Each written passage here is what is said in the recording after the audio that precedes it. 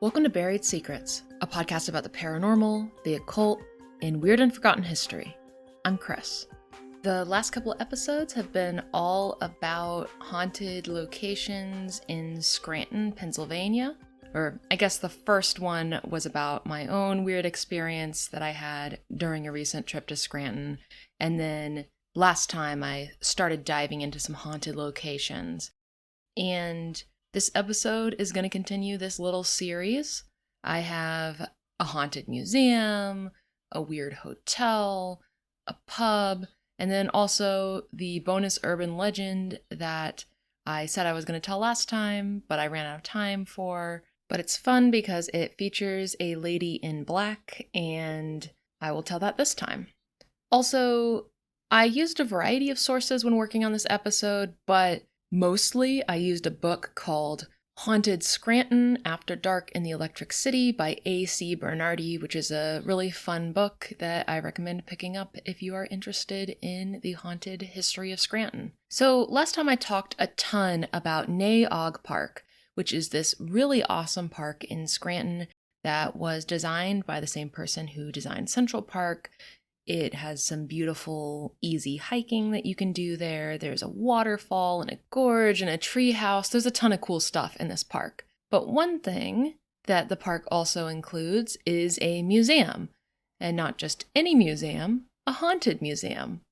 So I want to start out with the story of the Everhart Museum in Nay-Og Park. So even though I spent a decent amount of time in Nay-Og Park on 2 different days when I was in Scranton, for some reason I didn't go inside the museum, which doesn't really make a ton of sense. But as I mentioned in the prior episodes, I wasn't really thinking clearly and I was very exhausted. So while I walked around the outside of the museum and took pictures of that, it didn't even cross my mind that I could go inside the museum. Go figure. I guess part of it too is that both times that I was there, I had my backpack with all my stuff in it that I was traveling with, and I wasn't sure if they had a cloakroom or not where I could check it, and I was just feeling too exhausted to figure any of that out. But it's cool looking from the outside, and if I'd gone in, I'm sure I would have really liked it. I really wish I had. But the museum is the largest public museum in all of northeastern Pennsylvania. It apparently has different artifacts and items relating to natural history, science, and fine art, and it also has a library. So it kind of has a mix of everything. But as its name suggests, it was founded by one Isaiah Fox Everhart, which is a name for an eccentric 19th century academic if I've ever heard one.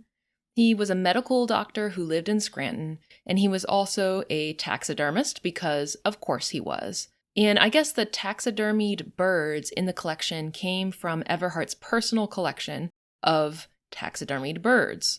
He apparently had this dream of collecting specimens of all of Pennsylvania's native birds, so he ended up building one of the finest and largest collections in the United States, according to Wikipedia. So the museum opened in 1908, and at that time there were no other museums in northeastern Pennsylvania.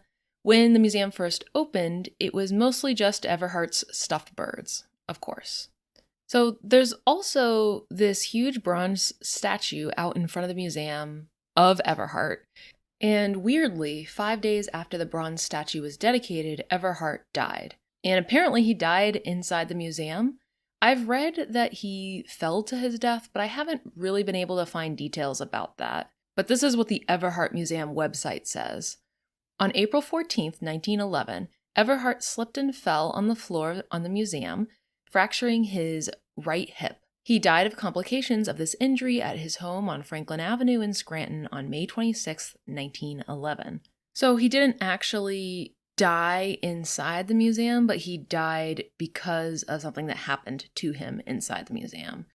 And so, of course, the museum is supposedly haunted by Everhart himself. I also found this weird story that's just briefly alluded to in an article called Ghost Walk Tours Highlight Scranton's Weird Grisly History by Aaron L. Nisley in the Times Tribune, which is a Scranton newspaper.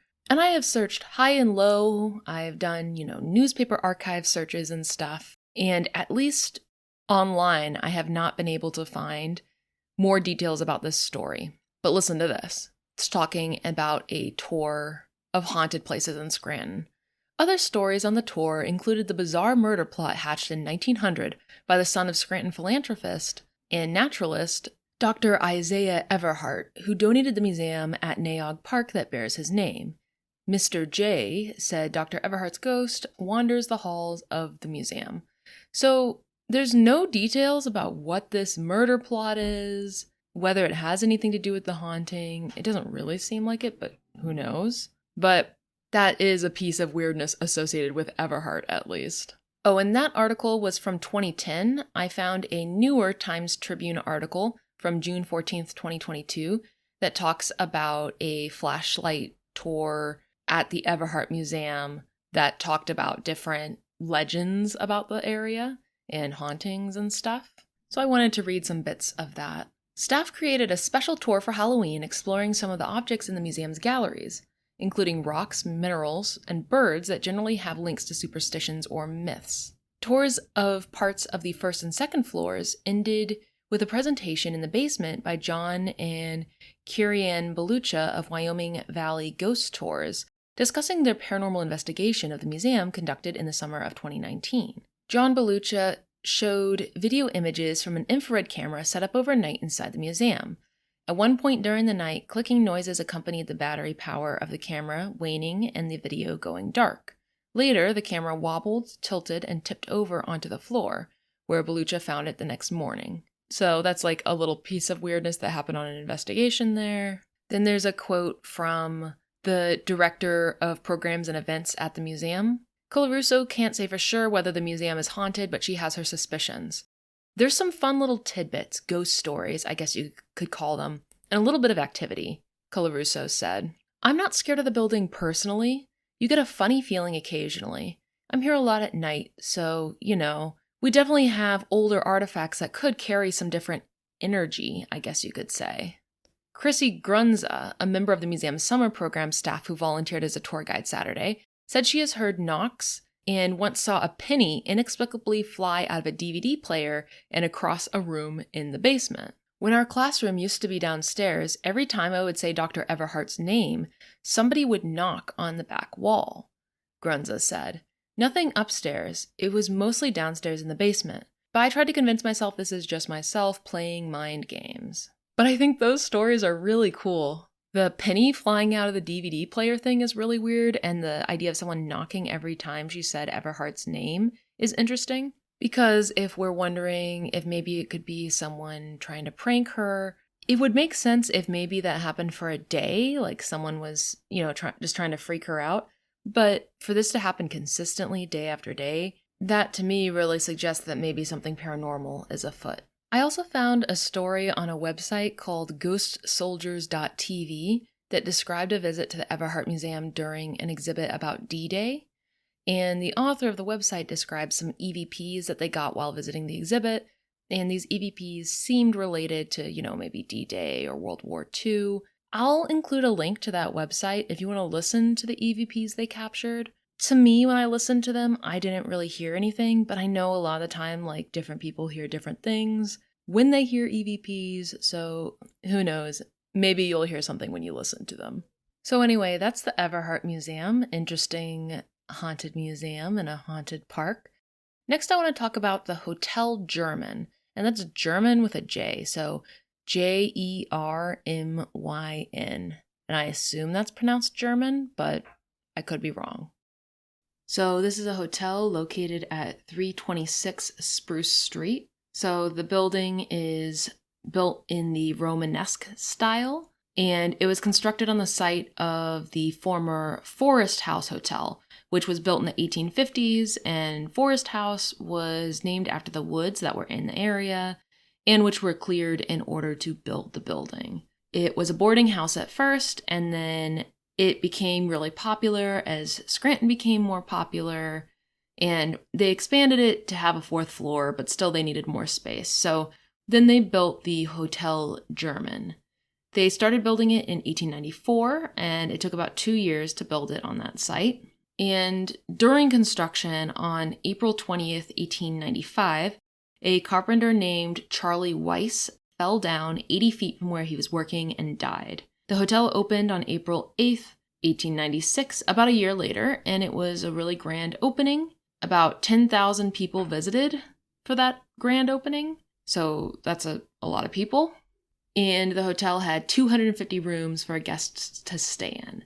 They were very modern, with hot and cold running water, steam heat, electric lights, and gas. And 100 of the 250 rooms had private bathrooms. So, living in the lap of luxury here in this hotel for the late 19th century. And it was such a grand place that Eisenhower even stayed there once. There used to be a nightclub called the Omar Room, which had a 26-piece orchestra ensemble that played there. So it had this really grand and fancy history as a hotel. But if you listened to the prior 2 episodes in this series, you know what I'm about to say next, right? Because Scranton is a place where many grand things have been changed to be a little bit less grand. So eventually, the building stopped being a hotel, and it was converted to become apartments for elderly people and disabled people. And that's still mostly what it's used for. At one point, the Electric City Theater Company, which no longer exists, turned one of the hotel ballrooms into a theater, and they would perform plays there. And as many theaters tend to be, they ended up discovering that their theater was haunted. There are, of course, a lot of theater traditions related to hauntings, including having a ghost light lit at all times, and they did have a ghost light in that theater. And apparently different mediums, psychics, and sensitive people have detected ghosts there. Supposedly the carpenter who died has been seen there, as has a local priest and actor who had a heart attack while he was performing there. But the most famous ghost there is someone named Eleanor. Now, even before the theater was there, people in the building had seen Eleanor, including the elderly people who lived there and people who worked in that part of the building. Eleanor is supposedly an actress or some sort of performer from the 1920s or 30s who died while staying at the hotel. Supposedly, she had fallen from one of the windows on the 6th or 7th floor. And there are different legends about her death, some claiming that it was an accident and some claiming that it was a suicide. But then, of course, some people think it was murder. The story goes that Eleanor was a beautiful performer who often went to Scranton to perform in the theaters there, and a wealthy, important man in Scranton was into her, and even though he was married, they had an affair. But then Eleanor found out that she was pregnant, and she told him, and he pushed her out of a window, and she died when she hit the sidewalk below. However, there is no evidence of this story in the historical record. I can't help thinking about how similar this sounds to the story of one of the ghosts at the Grove Park Inn in Asheville, North Carolina, which I covered in a previous episode back in 2020. I did an episode called, I think, Ghosts of the Grove Park Inn. And there was a story there too, where, supposedly this woman was murdered by a man she had been having an affair with after she told him she was pregnant. And this, was really similar. It was said that she was pushed off of a balcony on the 5th floor down into an atrium in the lobby. And it just kind of makes me wonder how common it was back then for a woman who is not married to the father of her unborn child to tell the man about the child and then get murdered. Because the fact that these come up in ghost stories pretty often kind of makes me suspect that this is a thing that was very common or somewhat common, which is very upsetting. But anyway, when people in the theater have talked about Eleanor, strange things have happened, like lights turning off or flickering. And Eleanor also would supposedly take small items that belonged to the actors or to the productions, which resulted in things like missing props. There's a story about an actress who lost an important prop and then ended up asking out loud for Eleanor to give the prop back because she really needed it. And then, of course, a couple minutes later, she found the brush sitting on the lid of the trash can in the room, which she had specifically looked at previously when she had opened the trash can to see if it was there.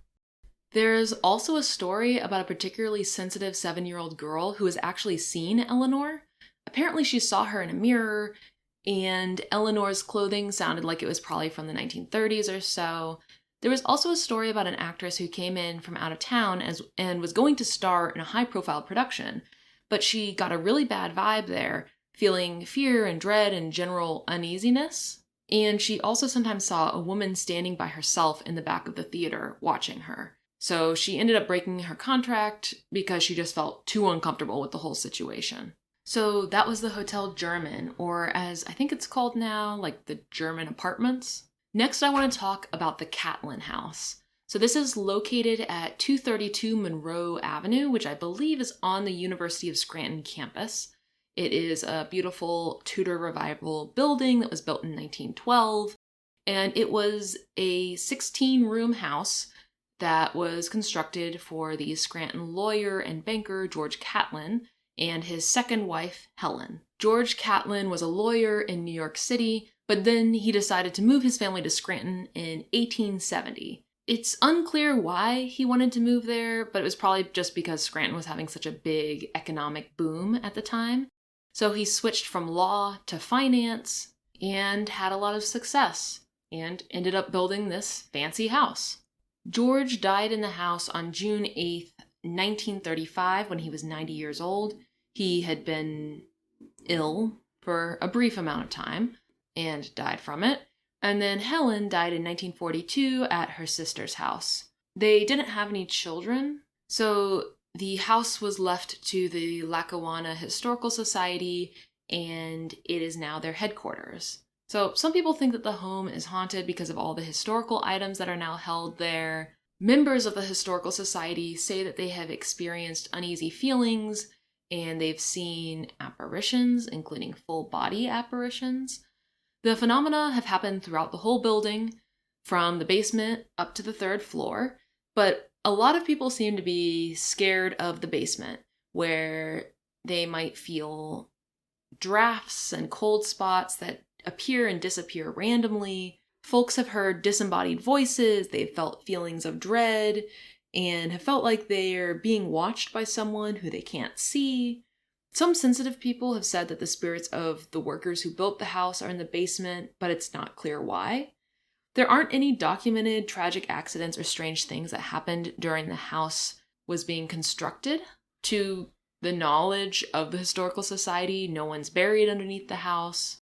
Some people have said that the second floor has a feeling of heaviness. It's where the old servants' quarters used to be, and now it's a tiny office that contains costumes and mannequins and stuff. And there's an adjacent room, also on the second floor, called the Fashion Room, that has lots of displays of old dresses and clothes. A lot of people have felt uncomfortable in there, especially inside a large closet that is in the room. One volunteer was putting boxes in the closet and suddenly felt like he wasn't alone anymore. And when he looked behind him, no one was there, so he went back to work. After a couple moments, the man felt something watching him again, but he didn't turn around because it seemed like the person was in the closet with him. When he looked up, one of the antique gowns that had been hanging suddenly seemed to be filmed by the form of a body with no legs or feet, which is very freaky. So, of course, the volunteer ran out of the room. Another time, a volunteer was sorting clothing in the same closet and suddenly had a sense that she had been transported back in time. She heard the whistle of a steam engine, and the author of the book, Ghosts of Scranton, theorizes that maybe this was some sort of time warp where the past and present overlaps briefly. She was hearing some past train and, inhabiting the house in some past time. One volunteer has said that at the annual holiday open house, when the house is decorated with lots of holiday decorations, the volunteer who said she was sensitive to spirits was sitting at a table in the back room on the first floor, which is the office for staff, and she was talking to a few friends, and then she saw two women dressed in elaborate early 1900s gowns who suddenly appeared near the back doorway. They walked past the table that she was sitting at through a hallway that leads to the library room.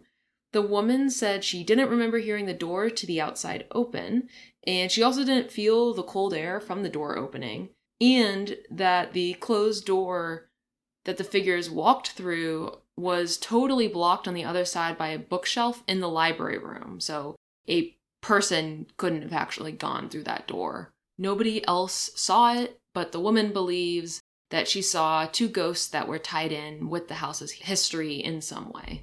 Another volunteer had something strange happen in the 2nd floor bathroom, which is right next to the fashion room closet. The bathroom looks like it did when the family was still living there, but it's not a working bathroom. It's just a display.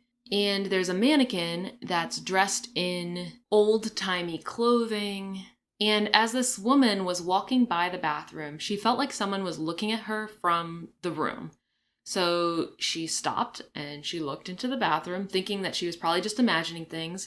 But then the mannequin's head seemed to slowly rise like it was looking at her, which is terrifying. That's like horror movie stuff. So that's weird. I also found a little bit from a 2010 article in the Times Tribune called Paranormal Investigators Look into Downtown Scranton that talked a little bit about some EVPs that a ghost hunting team had found while investigating the Catlin house. So this is from the Scranton After Dark Paranormal Investigation Team. The group's leader, Tony, discussed the EVP recordings the group collects, which, after later examination, include sounds that appear to be human voices. In examples collected from the Catlin house, a voice says something that Tony has interpreted as, quote, a horse length. This one goes first. Another appeared to say, I'll let you know, when Tony asked to speak to it. And, the article goes on to kind of explain what EVPs are, and Tony talks about how they're, often from unintelligent spirits, and they're just echoes of past conversations. So it doesn't really analyze what these EVPs meant, but I thought it was interesting that EVPs have been collected in that house as well. All right, so next I want to talk about the Banshee Pub, which is located at 320 Penn Avenue. And this is supposedly one of the most haunted buildings in Scranton. It is a 3-story brick building. The pub is supposed to be haunted by the spirits of some people who had lived in Scranton and who died of the Spanish flu, because bodies might have been stored in the basement because funeral parlors couldn't keep up with the demand for space because of the amount of people who were dying. Now, it has not been confirmed that the dry goods store that used to be located there, Eisner and Sons, was actually used for this purpose. People just think it might have been. But it is worth noting that the Scranton Private Hospital was right behind the building back then, and a lot of people who had the Spanish flu were treated there. There also used to be a funeral parlor right near there, so it does seem like 320 Penn Avenue would have been a convenient place to store bodies. Apparently, the pub has a really vintage vibe, and they were able to salvage a bunch of wood from the interior that was originally there when they first opened the pub in 2000. So the pub has a lot of the innards that the building had from back in the day, so I guess that gives it a bit of a creepy vibe as well. Unsurprisingly, people have had uneasy feelings and have just gotten a bad vibe in the basement area. People have said they had seen shadows appear and disappear in the basement, moving across the walls, often in people's peripheral vision, but sometimes they've seen these shadows moving straight on. One worker had an unsettling experience in the basement when she went down there and the air suddenly got very, very cold, and then she felt an intense pain in her shoulder, so she ran back upstairs. And when she told her coworkers what had happened, they saw that her shoulder was turning red, and a pattern in that redness looked an awful lot like a human bite, like human teeth marks. Both workers and customers of the pub have said that they'd seen apparitions on the building's 1st and 2nd floors. They've also seen a tall man wearing an old-looking black overcoat and a top hat standing at the bottom of the staircase in the 1st floor. He looks like he's in his 30s or 40s, and he just looks out onto the main bar area, seeming kind of confused, and then he disappears. There's one scary story about a woman and her 8-year-old son who went to the pub to have lunch, and the woman was talking to the waitress, who was an old friend, and she didn't notice that her son had disappeared. She looked around and saw that he was going down the staircase that went down into the basement. So she and the waitress followed him, and they saw him standing alone next to a wall. She asked him why he left, and he said that a man in black, who was carrying a rope asked him to follow him, but they didn't see any physical, actual man in black there, so it seems like maybe there was something paranormal going on, but that is so creepy. Like, everything about that story is terrifying to me. People have also said that there is a ghostly young girl who's maybe 4 or 5 years old who wears a white dress and is often seen in the banquet room on the 2nd floor or the staircase to the 3rd floor. Some people have heard her laughter when the bar is closing or about to close and is mostly empty. Folks have also said that they've heard her footsteps walking down empty staircases. There doesn't seem to be a theory about who she is, but people say she's friendly. Oh, another thing worth noting is that according to the 1879 to 1880 edition of the Scranton City Directory, there apparently used to be an undertaker whose business was at that location at 320 Penn Avenue, and his business also sold furniture and coffins. There was a 2019 article in the Times-Tribune that had the headline, "Scranton Restaurant Named Most Haunted in State." And it said that according to the Food Network, this building was supposed to be the most haunted, restaurant. So I just wanted to read from that article. In 1910, the building housed a wholesale dry goods company, and because of its proximity to area hospitals, was also used as temporary morgue space during the 1918 influenza epidemic. Staff have felt hands on shoulders despite no one being behind them, seen glasses randomly breaking, and heard tables moving on the 2nd floor despite no one being there, the Food Network wrote. So, even the Food Network says it's haunted. Alright, so those are the haunted Scranton locations I wanted to talk about this time. I have plenty more for next time, but before I go, I want to tell the story of the stone couch and Lady in Black in Hazleton. So, I don't think I mentioned this in prior episodes, but I've talked about how this trip to Scranton was my first time visiting that part of Pennsylvania. I haven't really been to many places in Pennsylvania, and the first time I even went to Philly was 2016.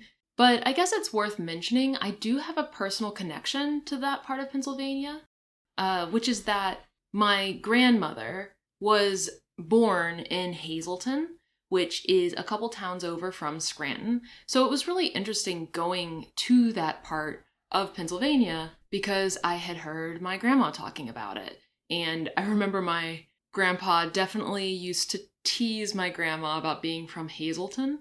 And the idea was that it was I got the sense that he felt like it was kind of in the middle of nowhere. And I remember him saying that my grandma had kind of a funny accent because she was from Hazleton.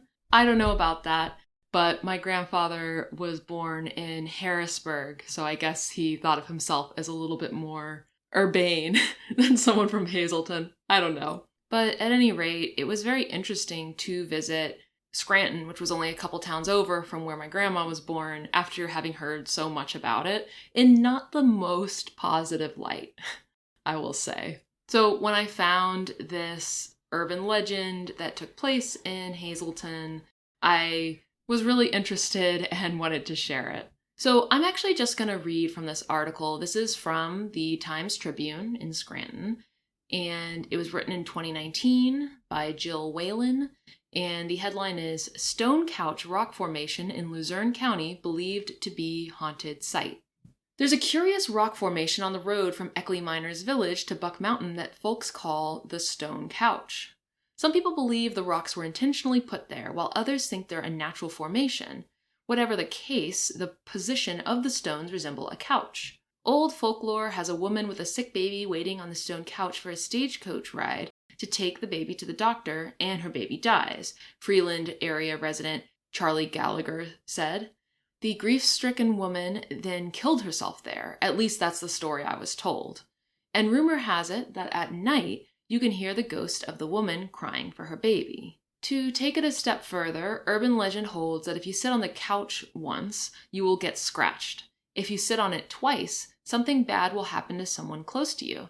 If you sit on it a third time, you will die. That's what Jeremy Petriconis, I probably mispronounced that, I'm sorry, of Hazleton has heard. I have heard that rumor/story about the death couch, and I know a few people who have done it, and none of them have died, but one got the flu shortly after, so I guess that was some bad luck, said Petriconis. a haunted history buff, he has also heard about a ghostly presence at the former St. Joseph Hospital in Hazleton.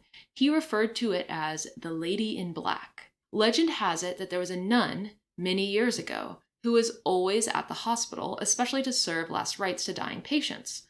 She primarily belonged to the Diocese of Scranton, working with the St. Joseph Parish, Petriconis relayed, and as the story goes, the nun also spent much time in the hospital's chapel.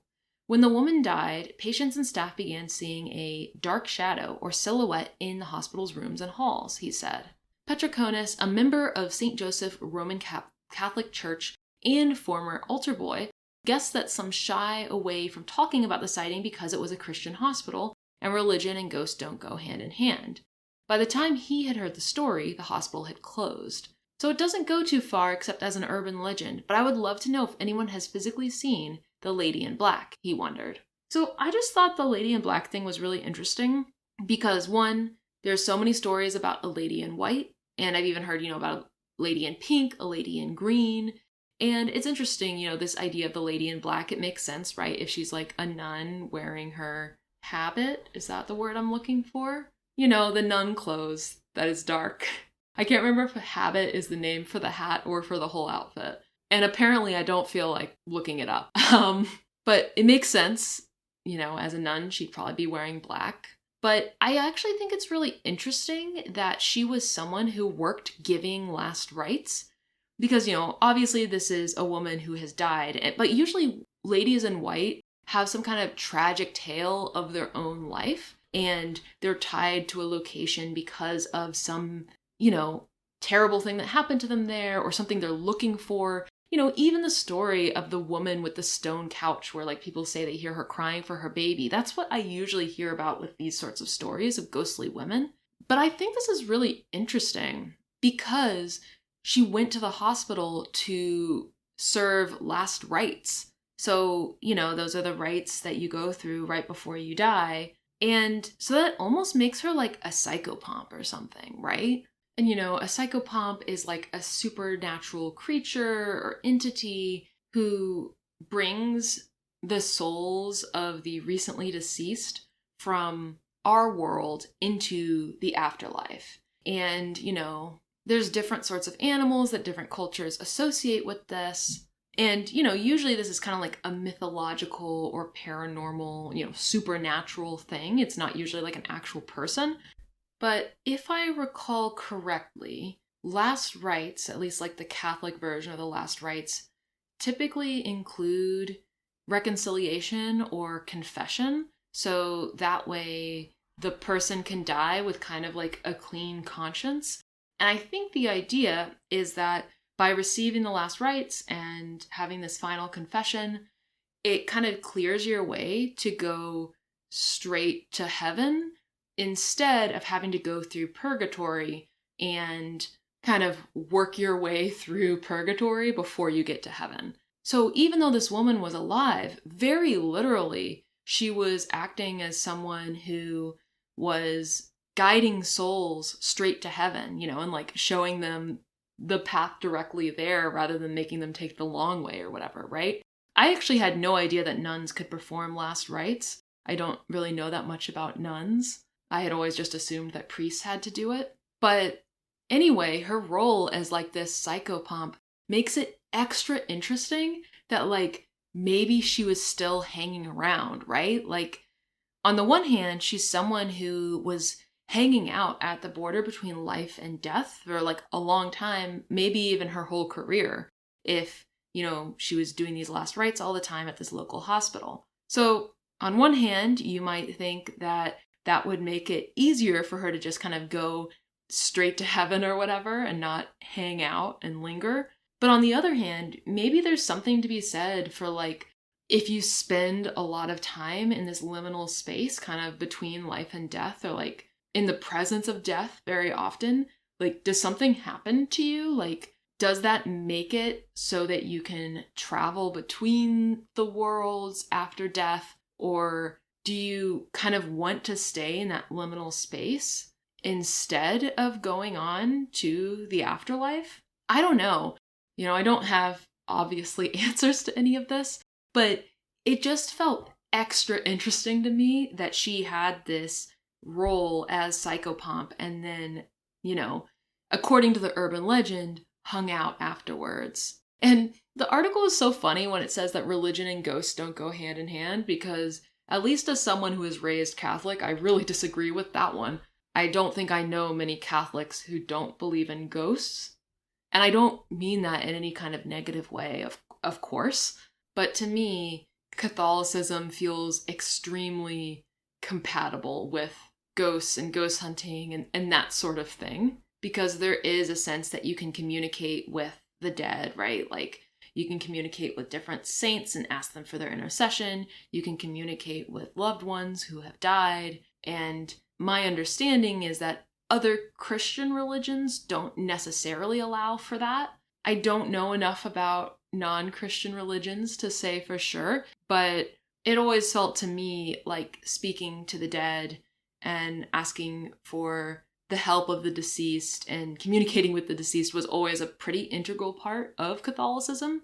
So, I don't know, that was just an interesting line to me. So I'm going to be keeping my eye out for more ladies in black just because I really like that. Like, I don't know, maybe I just like it because it feels really metal, but I love the idea of a ghost nun. I love the idea of a lady in black, and I really want to find more stories like this one. So anyway, that's what I've got for this time. Next time, I've got more Haunted Scranton. I know I'm kind of being a broken record on this, but since I know people don't listen to episodes in order and stuff, I just want to apologize again for the background noise in these episodes during the winter months. I live in New York City in an older building, and my radiators are extremely loud. And the room with the quietest radiator is the room with the most road noise. So, as always, I'll try to take it out in post. And I don't know, if you're listening without headphones, maybe you won't hear the noise. But if you're listening with headphones, you probably did hear it. And I'm sorry, I'm doing my best. New York City's real loud.